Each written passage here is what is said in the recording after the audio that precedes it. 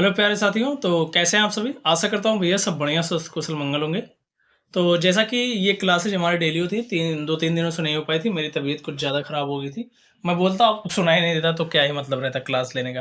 तो इसीलिए जो है आप लोगों की क्लास नहीं हो पाई थी, लेकिन अब ये जो है, अब एक दिन में ये स्पेशल टॉपिक की 2 क्लास आएगी, एक सुबह और जो है एक शाम में आएगी, क्योंकि भाई जल्दी से इसको खत्म कर दो जिससे आप सभी लोग रिवीजन भी कर ले जाओ, ठीक है? और छोटी-छोटी क्लासेज रहेंगी 40-45 मिनट की, तो बहुत ज़्यादा बर्डन भी नहीं रहेगा कि ऐसा है, वैसा है, ठीक है? तो इसलिए कह रहा हूँ भाई थोड़ा-सा जल्दी-जल्दी इन चीज़ों को हम लोग समाप्त करेंगे। मतलब जल्दी-जल्दी क्या, मतलब एक दिन में 2-2 क्लासेस जाकर, वो द जल्दी नहीं है भाई, ठीक है? तो होमगार्ड वगैरह में और जो यूपी पुलिस कांस्टेबल के लिए, उनके लिए भी ये बहुत ज़्यादा महत्वपूर्ण है। तो चलिए देखते हैं, हम लोग स्टार्ट करते हैं आज की क्लास को। उत्तर प्रदेश प्रशासनिक एवं जो है राजस्व व्यवस्था संपूर्ण विश्लेषणात्मक जो है अध्ययन जो है हम कर रहे होंगे। और आप सभी लोग को एक चीज़ और बता दो भाई, कि जिनको एशियन हिस्ट्री वगैरह की क्लासेस देखनी हो वो हमारे चैनल पर विजिट करके देख सकते हैं। वहाँ पर पूरी की पूरी लूसेंट की मैंने कंप्लीट हिस्ट्री जो है वह कंप्लीट करवा दी है। आप सभी लोग वहाँ से बहुत बेहतरीन तरीके से जो है पूरी की पूरी हिस्ट्री जो है वह कंप्लीट कर सकते हैं, ठीक है? तो और वीडियो अगर ये अच्छी रही तो आप सभी लोग अपने दोस्तों तक जो है शेयर करना, चैनल को सब्सक्राइब कर देना और वीडियो को लाइक और कमेंट में भी कर देना कि क्लास कैसी थी, ठीक है? अब आप लोगों की बेहतरीन तरीके से क्लासेस चलेंगी, एकदम बहुत बेहतरीन भाई क्लासेस जाएँगी, ठीक है? चलिए देखते हैं अब आगे हम लोग। राजस्व का अर्थ और जो है राजस्व परिषद की ऐतिहासिक नींव किस प्रकार से पड़ी थी? तो राजस्व का अर्थ क्या है? सरकार को अपने कार्य संचालन के लिए प्राप्त, भाई सरकार को जो अपने कार्य संचालन के लिए आय प्राप्त करना होता है, वही क्या होता है? राजस्व आय होता है, ठीक है? राजस्व आय क्या होता है? सरकार को अपने कार्य संचालन के लिए जो प्राप्त आय होता है, जो आय जो है वो प्राप्त करती है, वही क्या होता है? राजस्व आय कहलाता है, ठीक है? यही क्या कहलाता है? सरकार को अपने कार्य संचालन के लिए प्राप्त आय ही क्या कहलाता है? राजस्व आय कहलाता है, ठीक है? ये जो है 2 प्रकार की होती है, विक्री राजस्व और सेवा राजस्व, यानी कि सेल्स रेवेन्यू और जो है सर्विस रेवेन्यू, ठीक है? यानी कि वस्तु जो है, वस्तु के बदले जो धन मिलता है उसे जो है बिक्री राजस्व कहते हैं, यानी कि सेल्स रेवेन्यू कहते हैं। क्या कहते हैं? सेल्स रेवेन्यू किसको कहा जाता है? जो वस्तु के बदले जो धन मिलता है, जब किसी वस्तु के बदले क्या मिलता है? धन मिलता है, तो उसी को क्या कहा जाता है? बिक्री राजस्व कहा जाता है। जैसे अनाज और फसल, इन सब के बदले जो हमें क्या मिलता है? धन मिलता है। सरकार को धन मिलता है, उसे बिक्री राजस्व कहते हैं। और सेवा राजस्व यानी कि सर्विस के माध्यम से, यानी कि कौशल या सेवा के बदले जो धन प्राप्त होता है उसे क्या कहा जाता है? सर्विस रेवेन्यू कहा जाता है। इसमें जो है वकील और डॉक्टर वगैरह आते हैं, ठीक है? अब राजस्व परिषद क्या है? राजस्व परिषद भवन कहाँ पर है? प्रयागराज में देखने को मिलता है हमें। इसकी स्थापना 1831 में हुई थी। और जो इसका क्या महत्व है? राज्य का क्या है? सर्वोच्च राजस्व न्यायालय। क्या भैया? राज्य का सर्वोच्च राजस्व न्यायालय है। इसकी जो है गठन, ये जो है कार्यों के आधार पर इसका गठन कितने प्रकार से हुआ? तो जो है 2 भागों में इसको बाँटा गया है, ठीक है? राजस्व परिषद को कितने भागों में बाँटा गया है? 2 भागों में बाँटा गया है। पहला ये जो है प्रशासनिक है। ये क्या है? पहला प्रशासनिक शाखा है, जिसमें जो है 2 प्रशासनिक सदस्य होते हैं। और जो है ये दूसरा है, ये क्या है? न्यायिक है। ये क्या है भैया?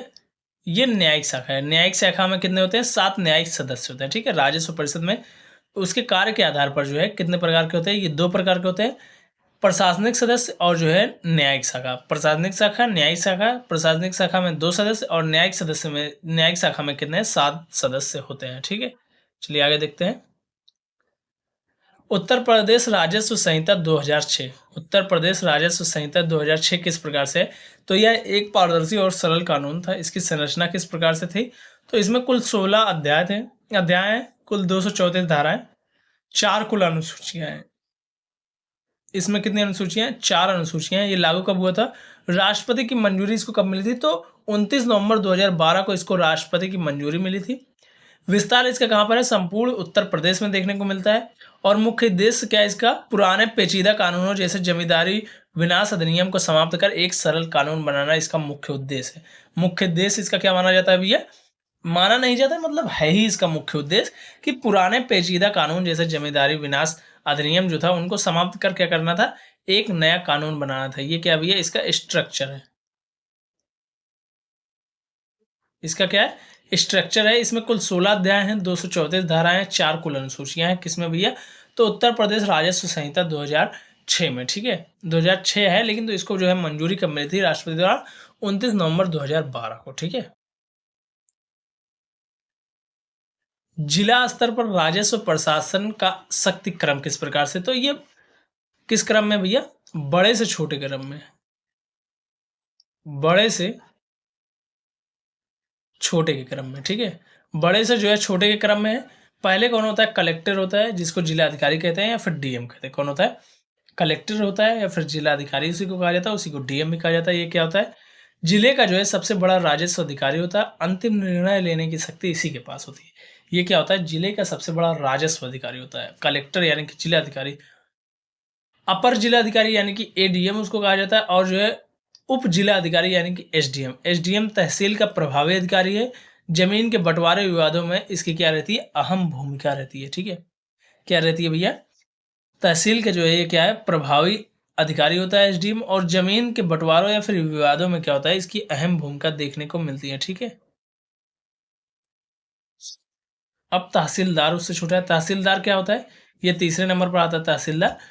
तहसीलदार या फिर नायब तहसीलदार, ये क्या होता है? मुख्य कार्य जो है राजस्व वसूली करना है। नायब तहसील सबसे छोटा न्यायिक पद, यानी कि मुकदमों की शुरुआत जो है यहीं से देखने को मिलती है, ठीक है।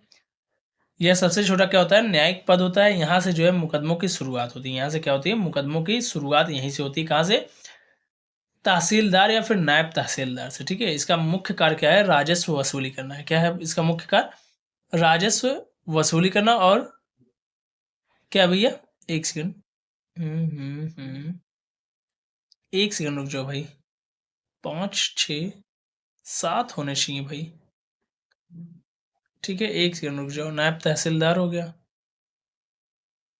एक, एक, 2, और जो है अपर जिला अधिकारी, ये क्या करता है भैया? कलेक्टर की सहायता करता है। कलेक्टर की सहायता करता है, ठीक है। ये क्या करता है भैया? कलेक्टर की सहायता करता है। और ये जो उप जिला अधिकारी होता है ये क्या करता है भैया? एसडीएम जो होता है ये तहसील का प्रभावी अधिकारी होता है। जमीन के बंटवारे एवं विवादों में जो है अहम भूमिका निभाता है, ठीक है। अहम भूमिका जो है निभाता है। तहसीलदार क्या करता है? तहसीलदार जो है राजस्व वसूली का जो है क्या कार्य होता है इसका? इसका जो है तहसीलदार का, तहसीलदार टीएस लिख दे, टीडी लिख रहा हूँ, ठीक है। टीडी मतलब समझ आया। तहसीलदार का ये जो है कार्य क्या होता है? मुख्य कार्य क्या होता है? राजस्व वसूली करना। और जो नायब तहसीलदार होता है ये जो होता है सबसे छोटा न्यायिक पद होता है। मुकदमों की शुरुआत यहीं से देखने को मिलती है। ये क्या होता है? एनटीडी होता है। क्या होता है? एनटीडी यानी कि नायब तहसीलदार, ठीक है। शॉर्ट में लिख रहा हूँ भाई एनटीडी, इसी को क्या लिख दे रहा हूँ? एनटीडी। एक सेकंड रुक जाओ। एनटीडी, एनटीडी का ये जो है कार्य होता है एनटीडी का, ठीक है। एनटीडी जो है यानी कि नायब तहसीलदार सबसे छोटा न्यायिक पद होता है। यहीं से मुकदमे की शुरुआत होती है। और तहसीलदार का क्या कार्य होता है? मुख्य राजस्व वसूली करना होता है, ठीक है। राजस्व निरीक्षक ये क्या करता है? लेखपाल के कार्यों की निगरानी करना, लेखपाल के कार्यों की निगरानी और जो है खसरे की जांच करना। क्या होता है भैया इसका कार्य? लेखपाल के कार्यों की निगरानी और जो है खसरे की जांच करना। और लेखपाल क्या करता है? यानी कि पटवारी जो होता है ये क्या करता है? सबसे निचला लेकिन सबसे महत्वपूर्ण जमीनी पद है ये। गांव के खसरा, खतौनी एवं नक्शा का क्या होता है? ये रक्षक होता है या फिर रिकॉर्ड करता है, ठीक है। फसलों का रिकॉर्ड रखना, ठीक है। गांव का खसरा, खतौनी, नक्शा और जो है फसलों का रिकॉर्ड यही रखता है, ठीक है। कौन रखता है? लेखपाल रखता है, ठीक है। अभी लेखपाल की भर्ती आई हुई है भाई, तो उसके लिए भी ये जो है इम्पोर्टेंट हो जाता है, ठीक है। परीक्षा की दृष्टि से महत्वपूर्ण राजस्व जो शब्द है वो किस प्रकार से है? तो राजस्व या जो है फसली वर्ष इसी को कहा जाता है। राजस्व वर्ष या फिर फसली वर्ष कहा जाता है। ये 1 जुलाई से 30 जून तक का जो है कृषि वर्ष होता है। ये कब से कब तक होता है? यह जो है 1 अप्रैल से शुरू होता है। वैसे ही खेती राजस्व का जो है 1 जुलाई से 31 जून तक होता है। जैसे वित्तीय वर्ष क्या होता है? 1 अप्रैल से शुरू माना जाता है ना, वैसे जो है क्या होता है भैया? जो राजस्व यानी कि फसली वर्ष होता है वो 1 जुलाई से 30 जुलाई तक कृषि का वर्ष होता है, ठीक है। राजस्व घाटा यानी कि रेवेन्यू जो है डिफिसिट, ठीक है। डिफिसिट ये क्या होता है? कुल राजस्व व्यय माइनस कुल राजस्व प्राप्तियां, यानी कि जो राजस्व व्यय हुआ है और जो उसमें प्राप्त हुआ है राजस्व में, उसका जो हमें जो मिलता है उसी से हमें पता चलता है कि क्या हुआ है? राजस्व घाटा हुआ है या फिर जो है क्या हुआ है? प्राप्त हमें जो है राजस्व में मुनाफा हुआ है, ठीक है। कुल राजस्व व्यय माइनस जो है कुल राजस्व प्राप्तियां जो है इसमें जो है इसके बराबर हमें क्या पता चलता है कि घाटा हुआ कि फायदा हुआ है। इसका अर्थ क्या होता है कि जब सरकार की कमाई कम हो और खर्च ज़्यादा हो तो वही जो है क्या होता है? राजस्व घाटा के अंतर्गत आता है, ठीक है। बाग भूमि, ठीक है। ग्रो लैंड क्या होता है? वह ज़मीन जहाँ इतने पेड़ हों कि दूसरी फसल ना हो सके। जैसे अपवाद में पपीता, केला और क्या है भैया? अंगूर बाग नहीं है। जैसे अपवाद में क्या होता है, पपीता, केला और अंगूर जो है ये बाग में नहीं आते हैं, बाकी सभी के सभी क्या आते हैं? बाग में आते हैं, ठीक है? इन्हें क्या माना जाता है? सामान्य जो है फसलें माना जाता है, ठीक है? बाग भूमि क्या होती है? वह ज़मीन जहाँ इतने पेड़ ना हो सके कि दूसरी फसल इतने पेड़ हो कि दूसरी फसल ना हो सके। अपवाद में जैसे पपीता, केला और जो बाग है अंगूर है, ये बाग नहीं है, ठीक है? टोंगिया प्रणाली, ये क्या है? टोंगिया प्रणाली, तोंगिया इसी को कहा जाता है। टोंगिया लिख दिया होगा भाई, तोंगिया भी इसी को कहा जाता है। क्या कहा जाता है? तोंगिया, तोंगिया प्रणाली, ठीक है? तोंगिया प्रणाली क्या है? इसमें जो है वह ज़मीन आती है, सॉरी, तोंगिया क्या है? वनों में जो है पेड़ लगाने के शुरुआती दौर में जो है कतारों के बीच खाली जगह पर फसल उगाना। जो जैसे ये देखो यहाँ पर दिखा ना, ये कतार में पौधे लगे हुए हैं, यहाँ बीच में कोई फसल उगा ली है, यही क्या होता है? टोंगिया प्रणाली होता है। ये क्या होता है? तोंगिया या फिर टोंगिया प्रणाली इसी को कहा जाता है। जैसे जो ये पेड़ होते हैं, पेड़ लगे हुए हैं, पेड़ के बीचों में जो है क्या हो गई? खेती हो गई, इसी को क्या कहा जाता है? टोंगिया प्रणाली या फिर तोंगिया प्रणाली प्रणाली जो है इसी को कहा जाता है। आबादी क्या होता है? गाँव का वह हिस्सा जहाँ लोग जो है घर बना कर रहते हैं। आबादी क्या होता है? पॉपुलेशन वह हिस्सा जो है जहाँ लोग घर बनाकर रहते हैं। इसका मालिकाना हक अलग तरीके से तय होता है। इसका मालिकाना हक किस तरीके से होता है? अलग तरीके से तय होता है, ठीक है? धृति यानी कि होल्डिंग क्या होता है? वह भूमि जो किसी व्यक्ति के पास पट्टे या अधिकार के तहत हो। वह भूमि जो किसी व्यक्ति के पास पट्टे या अधिकार के तहत हो, वही क्या कहलाती है भाई? धृति कहलाती है, ठीक है? धृति कहलाती है। किसानों के अधिकार और महत्वपूर्ण दस्तावेज और समितियां किस प्रकार से हैं? तो किसान बही क्या होता है? इसे किसान का पासबुक कहा जाता है। इसे क्या कहा जाता है? किसान का पासबुक कहा जाता है। इसमें जो है किसान के पास कितनी ज़मीन है, खेती का विवरण है, ज़मीन की मात्रा, फ़ोटो और पता दर्ज, ये सब कुछ इसमें होता है किसान बही में। किसान बही में खेत का विवरण होता है, ज़मीन की मात्रा, फ़ोटो और पता जो है ये सब कुछ जो है इसमें क्या होता है? दर्ज होता है, ठीक है?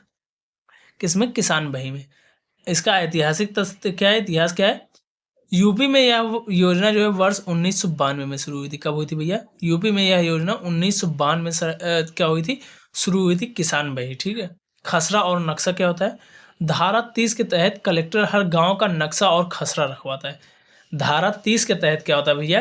कि हर गांव का क्या रखवाना होता है? नक्शा और जो है खसरा रखवाना होता है। किसको? कलेक्टर को, ठीक है? इसमें खेती की सीमाओं का सटीक विवरण होता है। क्या होता है?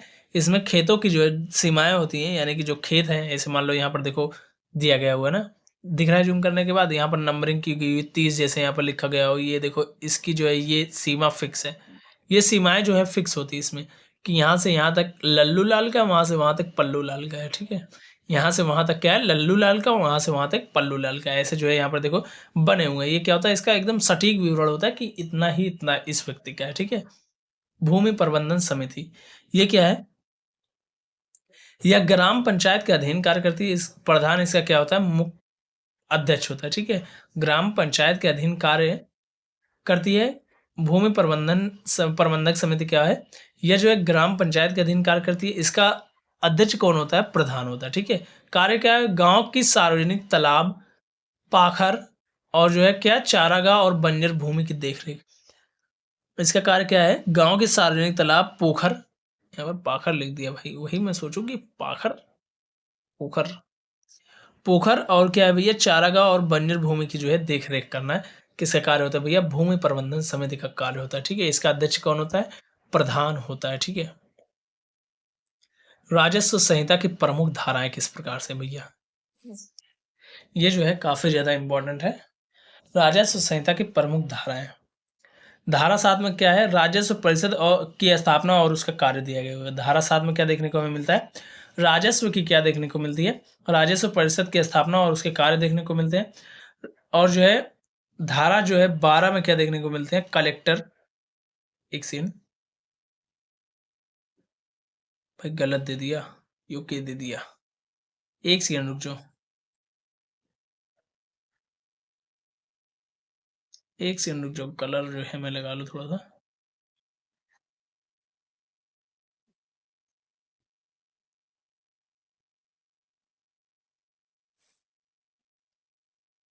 धारा 12 में क्या है, कलेक्टर और अपर कलेक्टर की नियुक्ति है यानी कि एडीएम, और जो धारा 13 है इसमें क्या है, एसडीएम और अपर उप जिला अधिकारी की, अपर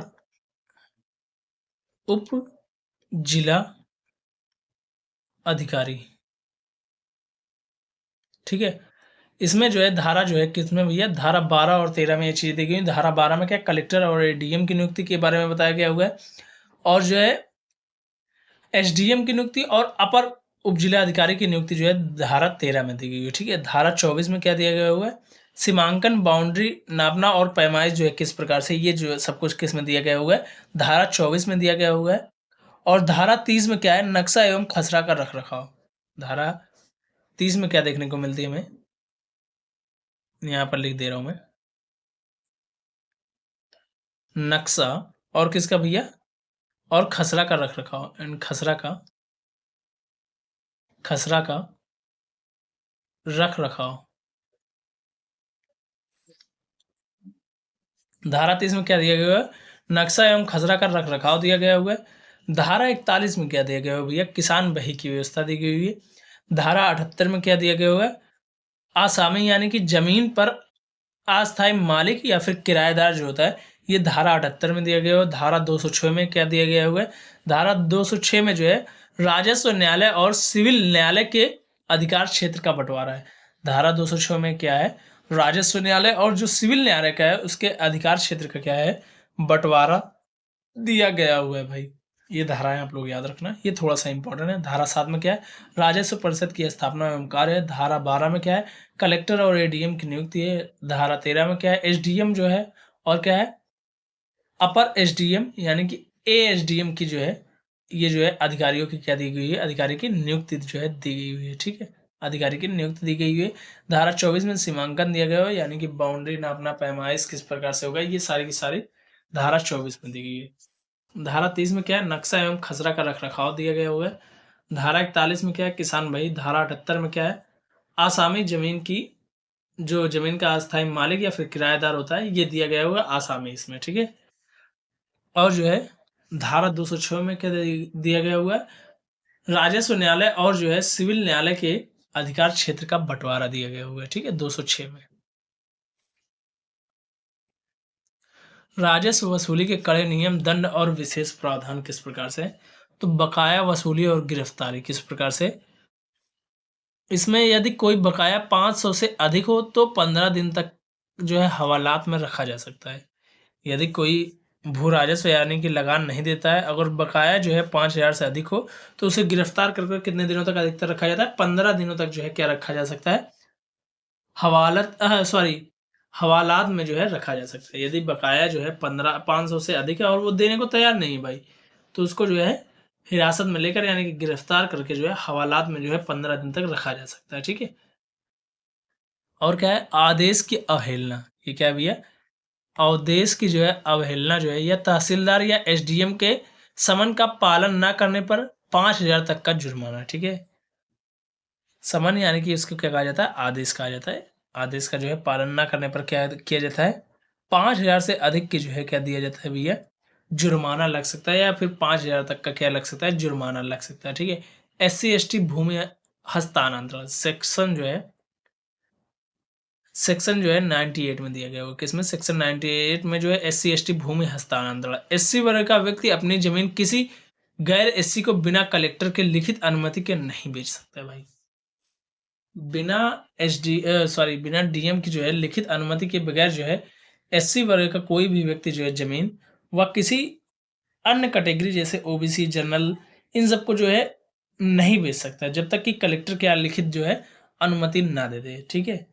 अनुसूचित व्यक्ति का जो, अनुसूचित जाति का यानी कि जो एससी है, एससी वर्ग, एसटी वर्ग, वह जो है अपनी जमीन किसी गैर एससी यानी कि जो अनुसूचित जाति है, अनुसूचित गैर अनुसूचित जाति है, जैसे जो है ओबीसी हो गया, जनरल हो गया, इन सबको जो है नहीं बेच सकता है। कब तक नहीं बेच सकता है, जब तक जो है उस पर क्या ना दे, डीएम जो होता है वह लिखित अनुमति ना दे दे, ठीक है। लगान माफी, यदि किसान के पास 1.26 हेक्टेयर लगभग जो है 3.12 एकड़ से कम कृषि भूमि है तो भू राजस्व में उसको क्या मिलती है, छूट मिलती है, क्या मिलती है, कम कृषि भूमि तो उसे भू राजस्व में क्या मिलती है? छूट मिलती है, ठीक है? चलिए आगे देखते हैं। इसी में एक और होता है भाई, उसको यहीं पर लिख लो।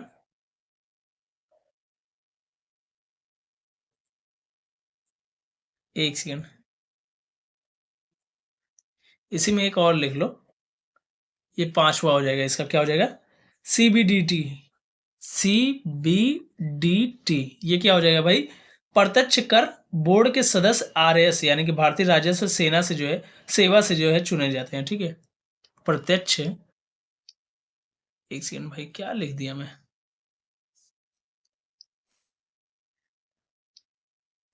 प्रत्यक्ष कर बोर्ड के कर बोर्ड के सदस्य, एक सेकंड भाई, सदस्य जो है भैया किसके द्वारा? आईआरएस से जो है चुने जाते हैं, आईआरएस से चुने जाते हैं। आईआरएस का फुल फॉर्म क्या हो जाएगा? चुने जाते हैं। आईआरएस का फुल फॉर्म क्या हो जाएगा भैया? भारतीय जो है इंडियन राजस्व सर्विस, ठीक है? इंडियन राजस्व जो है सर्विस हो जाएगा, ठीक है? Revenue service.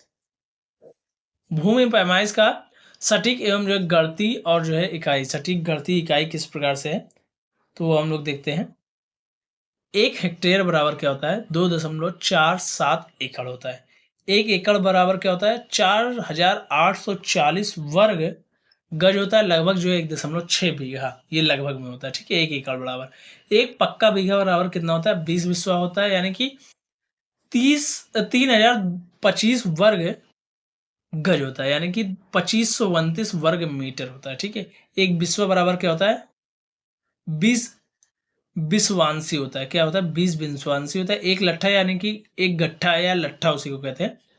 तो वह क्या होता है? 99 इंच यानी कि खेत नापने का जो है डंडा इसी को कहा जाता है। 99 इंच होता है ये, ठीक है? यहाँ पर देख सकते हो हेक्टेयर, फिर उससे छोटा एकड़, फिर पक्का बीघा, फिर पक्का बीघा बिस्वा, बिस्वा से जो है बिस्वी, ये होता है, ठीक है? ये देखो यहाँ पर दिया गया हुआ भाई, मैंने ध्यान नहीं दिया, एक सेकंड।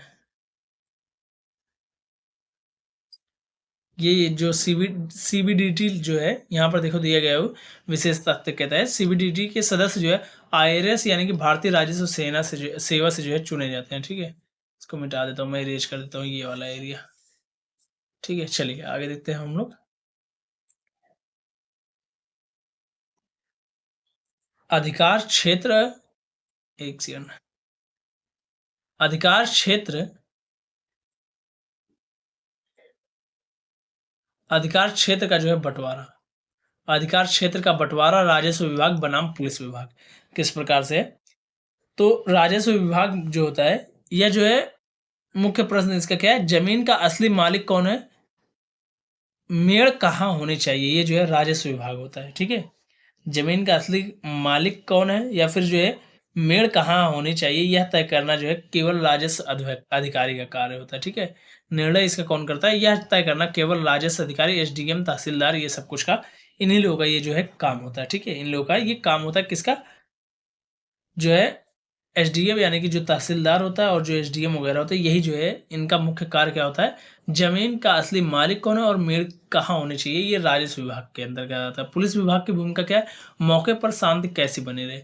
पुलिस का काम सिर्फ कानून व्यवस्था यानी कि लॉ एंड ऑर्डर बनाए रखना है, ना कि उस पर जो है अगर आप फैसला सुनाएंगे। ये सिर्फ कहीं पर जमीन विवाद हो रहा है तो ये कुछ कहेगी नहीं, भाई यहाँ से तुम्हारा है, वहां से तुम्हारा है, ये इनका है, वैसा है, वैसा है, नहीं, इसके अंतर्गत ये नहीं आता। इसके अंतर्गत सिर्फ क्या आता है कि हाँ भाई, शांति रहनी चाहिए, कोई मारपीट ना हो, कोई दंगा फसाद ना हो, आप लोग शांति बनाए रखें। जब आएंगे एसडीएम साहब या फिर तहसीलदार, तो वो जो है आपका मामला जो है तय करेंगे, या फिर राजस्व विभाग का कोई अधिकारी आएगा, वो आपका जो है मामला सुलटाएगा, ठीक है? विवाद होने पर बीएनएसएस 144 यानी कि पूर्व जो है सीआरपीसी 145, यदि जमीन को लेकर मारपीट की आशंका है तो पुलिस रिपोर्ट एसडीएम को भेजेगी। एसडीएम उस जमीन को कुर्क कर सकता है या यथास्थिति का आदेश दे सकता है। ये किसके तहत है भैया? ये जो है बीएनएस है। विवाद होने पर पुलिस क्या करती है? बीएनएसएस जो है 144, सॉरी, 164 और पूर्व की धारा कौन सी इसको इसकी थी? पूर्व में इसको क्या कहा जाता है? सीआरपीसी 145 के तहत, ठीक है। बीएनएसएस 144 यानी कि पूर्व में इसको क्या कहा जाता है? सीआरपीसी जो है 145 के तहत यदि जमीन को लेकर मारपीट की आशंका है तो पुलिस रिपोर्ट सीधा किसको भेज सकती है? एसडीएम को भेजेगी। एसडीएम जो है उस जमीन को कुर्क कर सकता है या यथास्थिति का आदेश दे सकता है, ठीक है। चलिए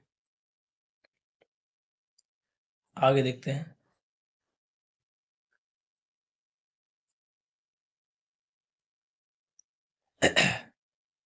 जमीनी जमीनी विवादों में पुलिस की भूमिका और जो है, एक सेकंड रुक जाओ।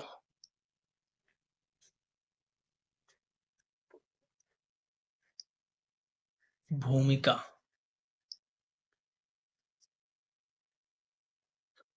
भूमिका और एफआईआर के नियम, इसको मैं इरेज कर दे रहा हूँ क्योंकि भाई समझ रहे हो ना,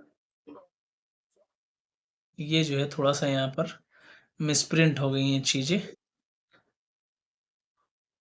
एक सेकंड रुक जाओ। भूमिका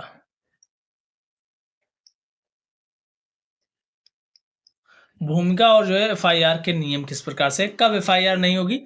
सिर्फ साधारण जमीनी विवाद या मालिकाना हक की बहस पर पुलिस एफआईआर दर्ज नहीं कर सकती। एफआईआर केवल तब होगी जब हिंसा, जमीन पर कब्जा करते समय मारपीट या बल का प्रयोग हुआ है या फिर धोखाधड़ी यानी कि फर्जी कागज बनाए गए हों, तो जो है ये जो है कूट रचना जिसके तहत ये आती है कूट रचना के, तब जो है एफआईआर होगी, ठीक है। यानी कि धोखाधड़ी जो ये जो कोई करेगा तो जो है क्या होगा, तभी जो है एफआईआर होगी, या फिर जो है हिंसा यानी कि मारपीट, काट डालेंगे, ये कर देंगे, वह कर देंगे, जबरदस्ती मतलब कोई ले, तो वहां पर जो है एफआईआर हो सकती है। और जो है कब एफआईआर नहीं होगी? जब जो है सिर्फ साधारण जमीन विवाद हो तो जो है एफआईआर नहीं होगी भाई, ठीक है। डिजिटल क्रांति डिजिटल क्रांति भूमि और जो है राजस्व रिकॉर्ड का आधुनिकीकरण किस प्रकार से हुआ? तो यूपी भूलेख, क्या भैया? यूपी भूलेख, इसका उद्देश्य क्या है? उत्तर प्रदेश के सभी जिलों की जो है खतौनी का डिजिटलीकरण, ठीक है। उत्तर प्रदेश की सभी जिलों का जो है जिलों की जो है खतौनी का डिजिटलीकरण, इसका उपयोग क्या है? कोई भी व्यक्ति घर बैठे जमीन का विवरण, गाटा संख्या या क्षेत्रफल देख सकता है। इसका उपयोग क्या है भैया? कोई भी व्यक्ति अगर है वह चाह रहा है कि मैं घर बैठे ही देख सकूं कि ये किसके नाम पर है, ये कैसा है, किस प्रकार से, तो वह गाटा संख्या और क्षेत्रफल देख सकता है, ठीक है। पुलिस लिंक क्या है इसका? थाने पर विवाद आने पर सिपाही या दरोगा इसी पोर्टल से असली मालिक चेक करते हैं, ठीक है। जब जो है थाने पर विवाद या फिर सिपाही, थाने पर विवाद आने पर क्या होता है, थाने में जब पता चला कि भाई यहाँ पर ऐसा हो रहा है, तो वहां पर जो है पुलिस क्या करती है कि जो है वो पता करती है कि आखिरकार जो है इसका मालिक कौन है, इसी पोर्टल के तहत, ठीक है। स्वामित्व योजना, स्वामित्व क्या है? योजना, ये किस प्रकार से भैया? तो इसकी प्रक्रिया क्या है? ड्रोन के जरिए गांव की आबादी वाली जमीन की सटीक पैमाइश करना। गांव की आबादी वाली जो जमीन होती है इसकी जो है सटीक पैमाइश करना, और इससे लाभ क्या होगा भैया? इससे लाभ क्या होगा? ग्रामीणों को उनकी संपत्ति का मालिकाना हक यानी कि घरौनी प्रदान की जाती है। इसके तहत क्या होगा? घरौनी दिया जाता है। यह केंद्र सरकार की योजना है जिसे यूपी जो है राजस्व विभाग लागू कर रहा है। एक सेकंड, ये जो स्वामित्व योजना है ये किसकी योजना है? एक मिनट पहले इसका फुल फॉर्म लिख लो ना।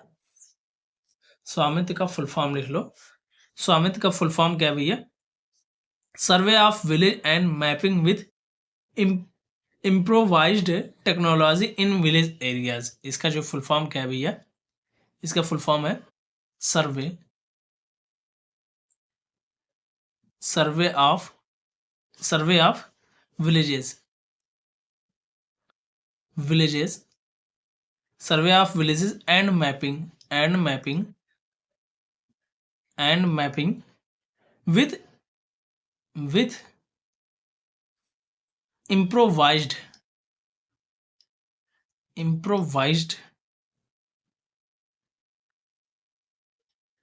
improvised technology in village area, टिचनो। भाई यहाँ पर होगा नहीं, एक सेकेंड।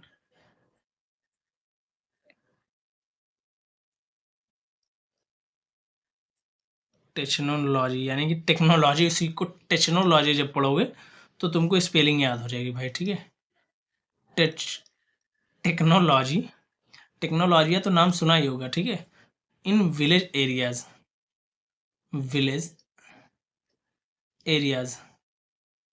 ये जो है किसका फुल फॉर्म है भैया? स्वामित्व स्कीम का फुल फॉर्म है, ठीक है। स्वामित्व का मतलब क्या हो जाएगा? Survey of villages and mapping with improvised technology, T for technology, V for villages, A for area, ठीक है। ये क्या हो जाएगा? स्वामित्व योजना का जो है फुल फॉर्म हो जाएगा, स्वामित्व योजना जो है। और इसका जो है भाई, इसका जो है ये किसके तहत है भाई? तो यह जो है भैया किसके तहत आता है? यह जो है केंद्र सरकार की योजना है। यह किसकी योजना है? केंद्र सरकार की योजना, ठीक है। केंद्र सरकार की योजना, सरकार की योजना है। ये किसकी योजना है भैया?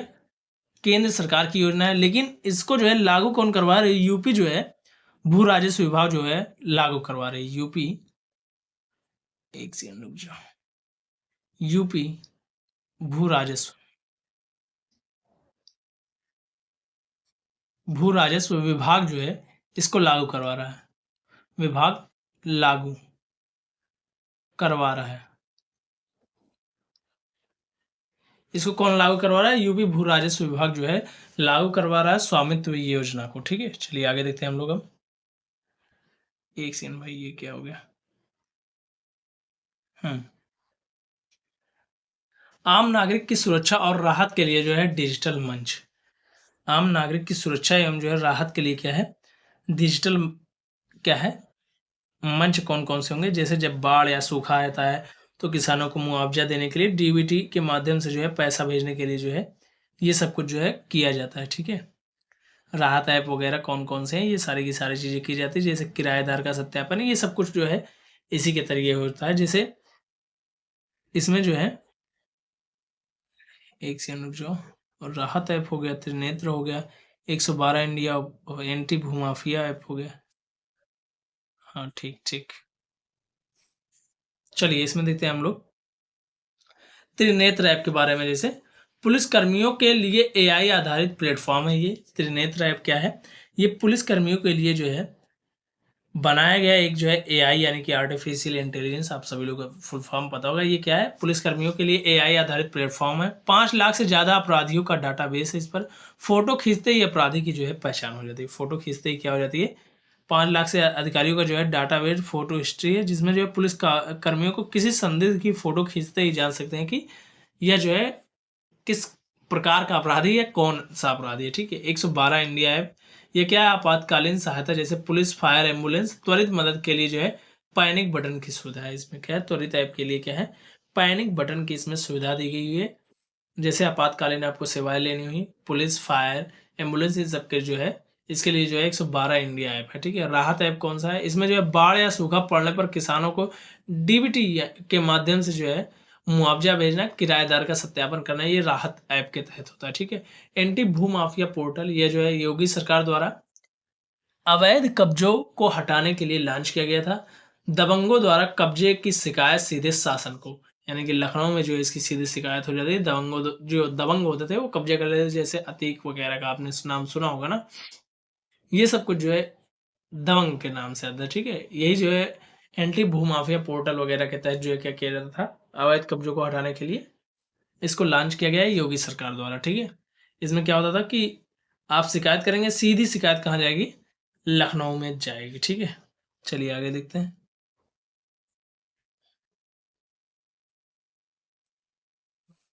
त्वरित प्रशासन और शिकायत निवारण के लिए ई गवर्नेंस किस प्रकार से है? तो जन सुनवाई यूपी का सबसे बड़ा शिकायत निवारण मंच है। तय समय में जो है निस्तारण अनिवार्य है। इसमें जो तय समय दिया जाता है जन सुनवाई पे, इसमें क्या होता है जन सुनवाई पोर्टल में, इसमें सीधा का सीधा ये कह दिया जाता है भाई अगर इतने समय में नहीं हुआ तो मामला सेट है तुम्हारा, मतलब टाटा टाटा टाटा फिक्स हो जाएगा, ठीक है। इसका जो वेबसाइट है वो कौन सा है? जन सुनवाई .up.nic.india, ठीक है। ये क्या है भैया? ये जन सुनवाई का पोर्टल है, ठीक है। इसका महत्व तो जाने गए हो कि क्या है? बड़ा शिकायत है, यानी कि यूपी का सबसे बड़ा ये क्या है? शिकायत मंच है। और इसकी प्रक्रिया किस प्रकार किससे है? नागरिक अपनी शिकायत ऑनलाइन दर्ज करा सकता है। ऑनलाइन दर्ज कराने के बाद जो है क्या होगा भैया कि इस संबंधित अधिकारी जो कि थानेदार या तहसीलदार या कोई भी जो भी अधिकारी होता है इससे रिलेटेड, जैसे आपके मान लीजिए ज़मीन का मामला है, तो तहसीलदार वगैरह के पास जाएगा, एसडीएम, एडीएम के पास, इनके पास जाएगा। ठीक है? अगर थाने से कुछ मामला हुआ तो थाने के पास जाएगा और जल विभाग वालों का तो बीडीओ वगैरह के पास जाएगा। ये इस प्रकार से होता है। ठीक है? और इसमें एक समय सीमा दी जाती है, अगर उस समय सीमा में नहीं हुआ निवारण तो भाई मामला गंभीर है। ठीक है? सीएम हेल्पलाइन 1076, ये क्या है? नागरिक कॉल सेंटर है जिसकी निगरानी सीधे मुख्यमंत्री कार्यालय से होती है। क्या होती है? 1076 ये क्या है भैया? ये नागरिक कॉल सेंटर है जिसकी निगरानी कहाँ से होती है? सीधे मुख्यमंत्री कार्यालय से होती है। ठीक है? ई डिस्ट्रिक्ट, इसमें क्या है? जाति, आय और निवास प्रमाण पत्र जारी करने का पोर्टल है ई डिस्ट्रिक्ट। आप सभी लोगों ने सुना होगा, जब अब आय, जाति, निवास, छात्रवृत्ति, स्कॉलरशिप इन सब के लिए करवाते हैं तो यहीं पर होता है आय, जाति, निवास इन सब का जो है रजिस्ट्रेशन। ठीक है? मानव संपदा, मानव संपदा क्या होता है? सरकारी कर्मचारियों, लेखपाल, शिक्षक की छुट्टी और सैलरी का ब्यौरा जो है मानव संपदा में जो है यह सारी की सारी चीजें दी गई हुई हैं। ठीक है? मानव संपदा में। ठीक है?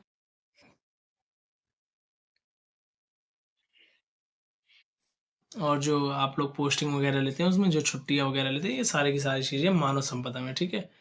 माइन मित्र, माइन मित्र क्या है भैया? माइन मित्र है अवैध खनन रोकने और जो है पट्टे की ऑनलाइन मंजूरी।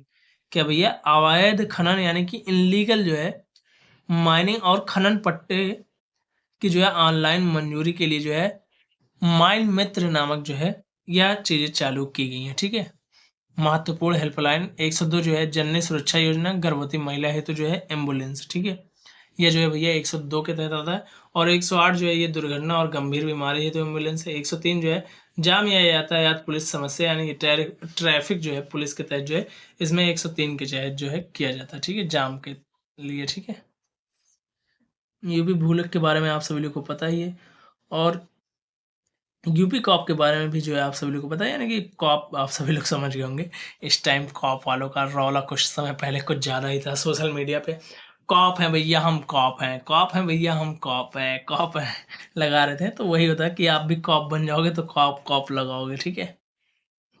और IGRS ये क्या है? जन सुनवाई है। सामान्यतः ये जो है ऑनलाइन शिकायत वगैरह दर्ज करके जो है इस पे की जाती है। ठीक है? तो आज के लिए बस इतना ही भैया। और आप सभी लोग को पता है कि उत्तर प्रदेश की सभी प्रतियोगी परीक्षाओं के लिए बेहतरीन तैयारी के लिए आज ही हमारे साथ आप सभी लोग जुड़ सकते हैं। और वीडियो कैसी लगी लाइक शेयर सब्सक्राइब करना। और जो है हमारा जो लक्ष्य क्या है वो सफलता की ओर एक कदम आपको ले जाना है, दूसरा कदम आप खुद बढ़ा लेंगे। पहला कदम हम जो है आपके साथ चलेंगे, दूसरे कदम में आप खुद, यानी कि आपका जो दूसरा कदम होगा वो आपकी मेहनत होगी। पहला कदम हमने आपको दे दिया, कंटेंट डिलीवर कर दिया। अब दूसरा कदम क्या है कि आप उसको रिवाइज करें, उसको अच्छे से पढ़ें एकदम बेहतरीन तरीके से। यही आपका दूसरा कदम होगा। ठीक है? Thank you so much. मिलते हैं नेक्स्ट क्लास में, तब तक के लिए bye bye, tata, see you.